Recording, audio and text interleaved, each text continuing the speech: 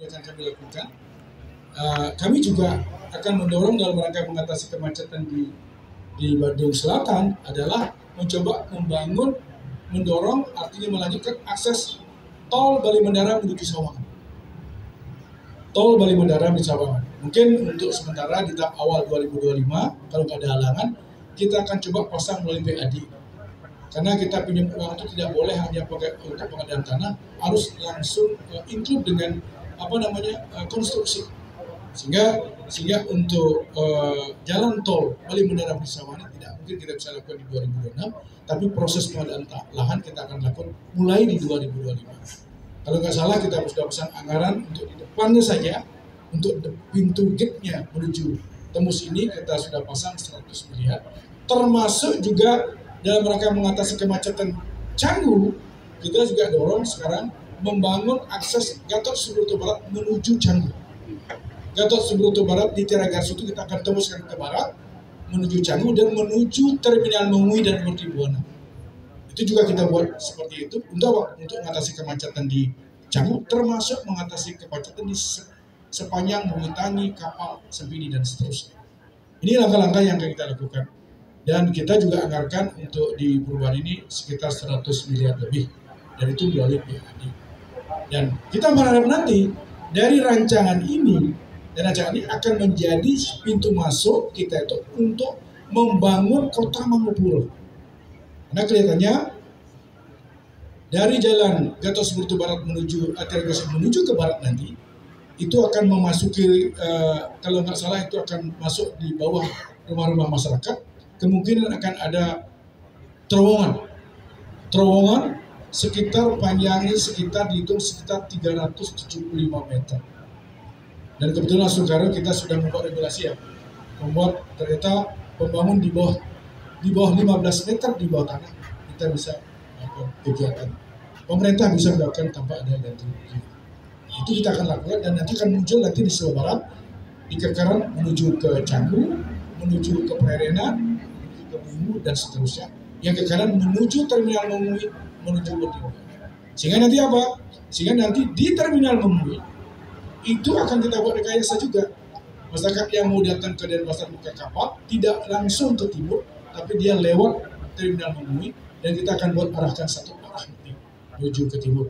Dan orang yang mau ke Mengui juga tidak perlu lagi dia harus ke Pulau Padang, dia langsung ke utara menuju sebelah barat sebelah barat terminal menuju Mertibuana dan menuju melewati Gor Mengui. Karena belum namanya belum ada. Gor Mengui. Mungkin nanti kalau sudah menyamai JIS mungkin akan ada namanya nanti itu. Tepuk tangan dulu. Nah, sehingga nanti rekayasa lintas kita, harapan kita nanti mudah-mudahan nanti benar-benar memasuki Terminal Mengui sudah ada tanda-tanda kota Mangupuro. Mudah-mudahan nanti Astukaro, nanti orang yang datang dari Bedugul, orang datang dari Mengui tidak perlu lagi langsung dia satu arah menuju di depan Puri Mengui menuju Polres Badung.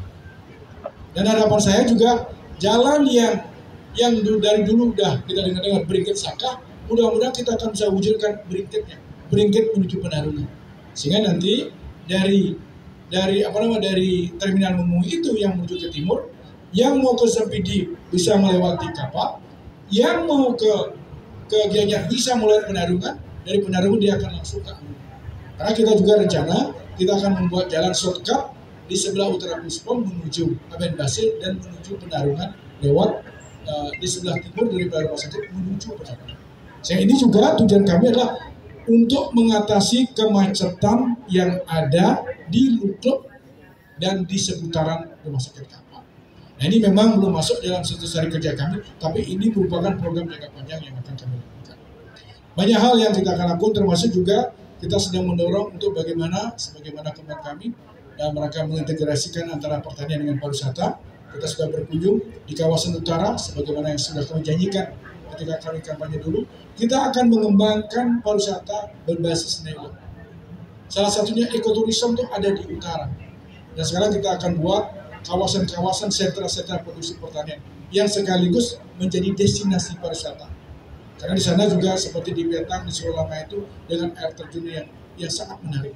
Ini juga kita akan kemas nanti. Mudah-mudahan itu kita bisa akan wujudkan. Kita mulai juga di tahun 2025 ini.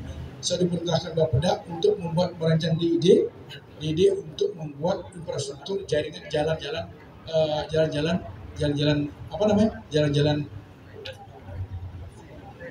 usaha tani yang sehingga nanti akan bisa wisatawan yang mau datang ke Badung, mau datang ke sana itu bisa menikmati hamparan pertanian di sana.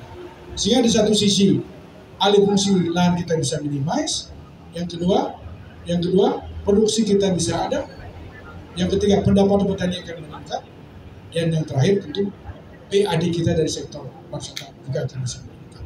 Nah inilah yang akan kita lakukan ke depan, mudah-mudahan atas dukung daripada teman-teman wartawan semua.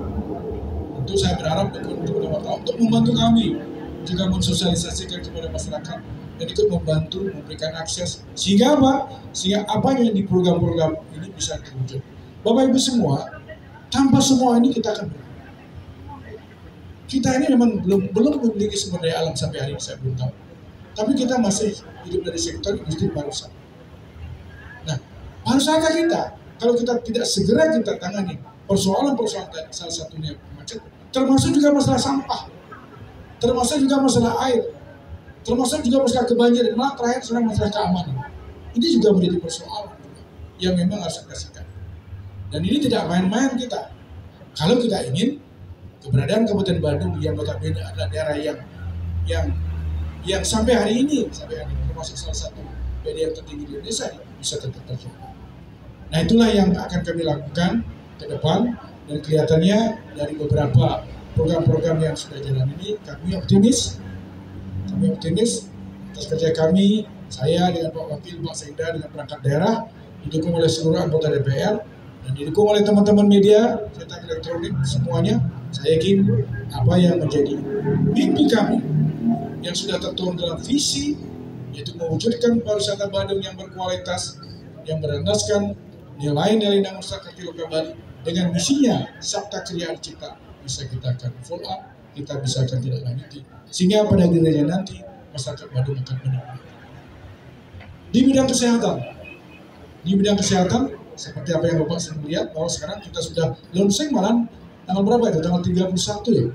31 kita launching ada beberapa inovasi-inovasi yang sudah dibuat oleh Dinas Kesehatan, yaitu membuat inovasi ada home care, ada kegawat daruratan base, dia bisa melakukan hubung ya cepat, dia mau bantuan, termasuk ada siap untuk antar jemput pasien, dan termasuk juga membangun inovasi